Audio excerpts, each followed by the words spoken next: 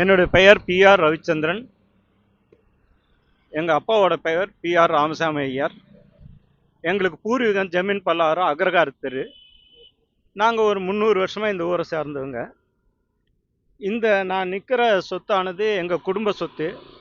தமிழ்நாடு அரசால் எங்கள் தாயார் அவர்களுக்கு செட்டில்மெண்ட் உத்தரவு எண் எஸ்ஆர் நம்பர் 813/68 STT MIA 30/1963 படி 1969 ஒப்படைக்கப்பட்ட சொத்து. ஊரார் முன்னிலையில் ஒப்படைக்கப்பட்ட சொத்து. இந்த சொத்தை என்னது எனது தாயார் அவர்கள் மற்ற சில சொத்துக்களுடன் சேர்த்து 1976 எங்கள் PR Krishnamurthy, PR Kannan, PR Ravichandran ஆகிய எங்கள் 3 பேருக்கு பாகப்பிரிவினை பண்ணி தந்துட்டாங்க. 1977 பத்திரம் எண் 1225.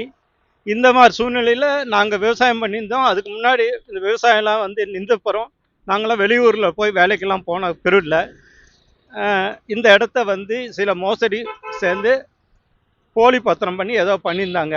நாங்கள் இதெல்லாம் பார்த்து கலெக்டர் லெவலில் போய் எங்கள் பட்டாவை நாங்கள் ரீட்டைன் பண்ணி வாங்கினோம். இந்த சொத்து இந்த சூழ்நிலையில் இருக்கும்போது திடீர்னு ஒரு நாள் அவர் 4-5 லாரியை நிறுத்திட்டு சொத்தில் தன்னோட பொசிஷனில் இருக்கா மாதிரி ஒரு பாவலா உண்டாக்கி அதன் மூலம் ஒரு வழக்கு போட்டார். அந்த வழக்கு தள்ளுபடி செஞ்சார். அவர் கூட லிங்கராஜன் ஒருத்தர் கூட்டு சேர்ந்து அவரு ஒரு வழக்கு போட்டார்.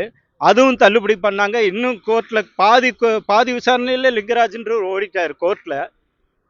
இந்த சூழ்நிலை இவர் போட்ட கேஸு எல்லாம் மொத்தம் ஒரு 5 கேஸ் போட்டார். ஒரு கேஸுக்கு கோர்ட்டுக்கு போனால் எவ்வளோ செலவாகும்னு தெரியும்.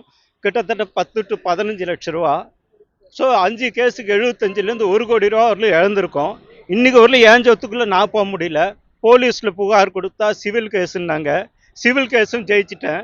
இது நடுவில் என்ன பண்ணார், இவரே 2010 என் பேரில் புகார் கொடுத்தாரு. அந்த புகாரில் நான் முன்ஜாமீன் வாங்கியிருந்தா கூட பரவாயில்ல, இவருக்கு யார் விற்றாங்களோ அவங்களால முன்ஜாமீன் வாங்கிட்டு ஓடிட்டாங்க. அதுவும் இவருக்கு தெரியும். இப்போ இது இத்தனையும் தெரிஞ்சும் என் இடத்துல நான் ஒன்றும் நுழைய முடியாத பிச்சைக்கார மாதிரி ரோடு கொண்டு வந்துட்டாங்க. இந்த அரசு மேலே எனக்கு நம்பிக்கை இருக்குது. இந்த அரசு இதோட உள்ள அர்த்தத்தை புரிஞ்சுட்டு எனக்கு உதவி செய்யும்னு நான் நம்புகிறேன். இதுக்கு முன்னாடி இருந்த அரசை நான் நம்பிட்டு போனேன், அவங்க இன்னும் செஞ்சு தரல. இந்த அரசாவது இன்னும் மனசாட்சியோடு சொன்னால் நான் ஒரு அதிமுககாரன். நான் இந்த அரசை நம்பி இருக்கேன். சார், இப்போ உங்கள் சொத்தை அபகரித்தது யார்? அவங்க நோக்கம் என்ன சார்? Land grabbing sir. அவங்க என்ன எவன் சொத்தையாவது சாப்பிட்ணும். அதில் எப்படியா கோர்ட்டில் சார் விஎஸ்பி வளர்மதின்னு சார். அதை பாருங்கள் சார், போர்டே வச்சுருக்காரு பாருங்களேன். போர்டே வச்சுட்டு தைரியமாக தான் இருக்கார்.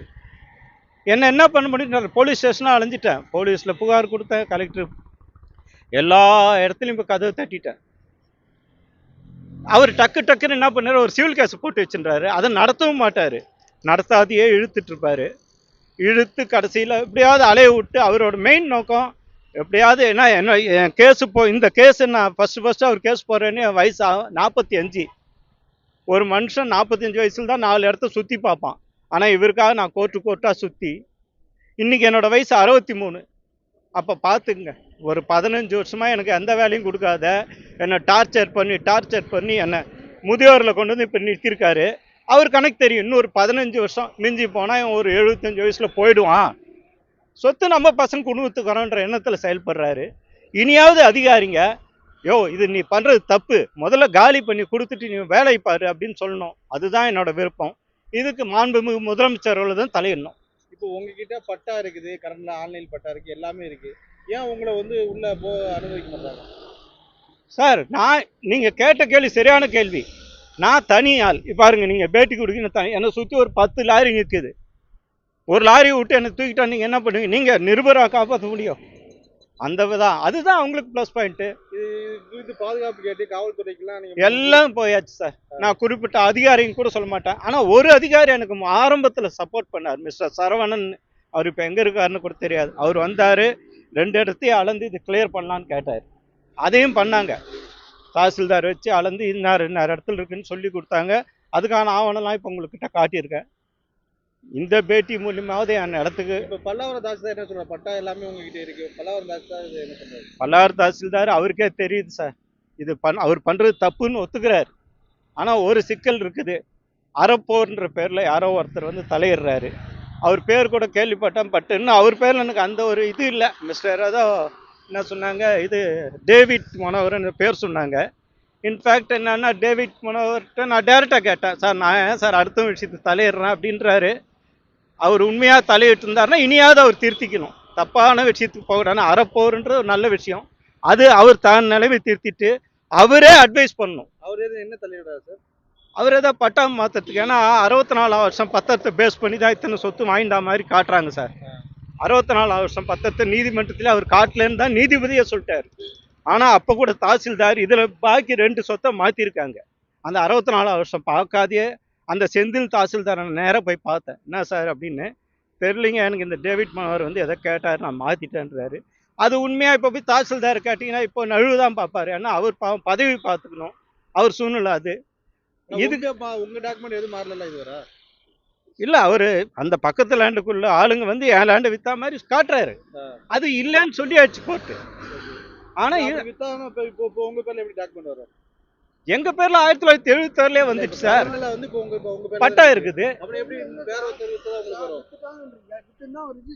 வரும்? சார். அதுதான் சார், பக்கத்து லேண்டுக்கு இப்போ வந்து ஆன்லைன்ல ஈஸி பார்க்கறதுனால இப்போ போய் விற்க முடியாது சார். இந்த பிரச்சனை நடந்து 2000 நடந்திருக்குது.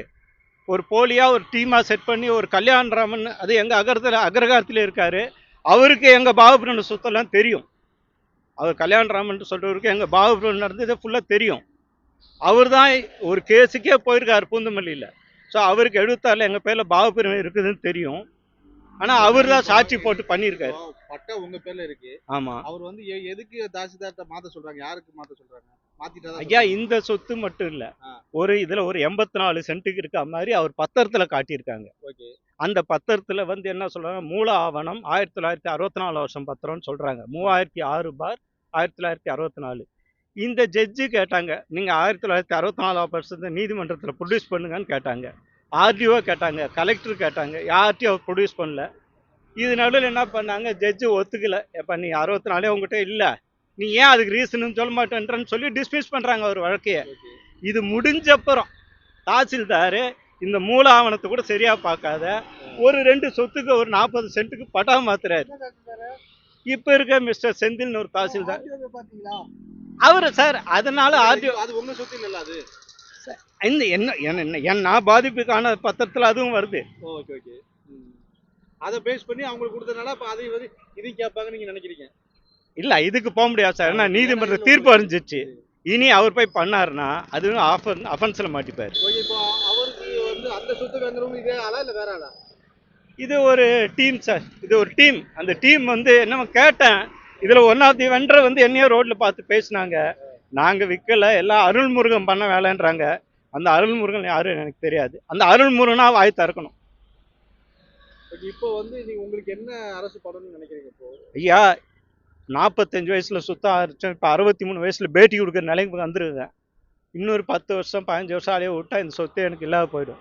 இந்த அரசு உடனே தலையிட்டு சொத்தை விட்டு நீ எடுத்துரு லாரியை.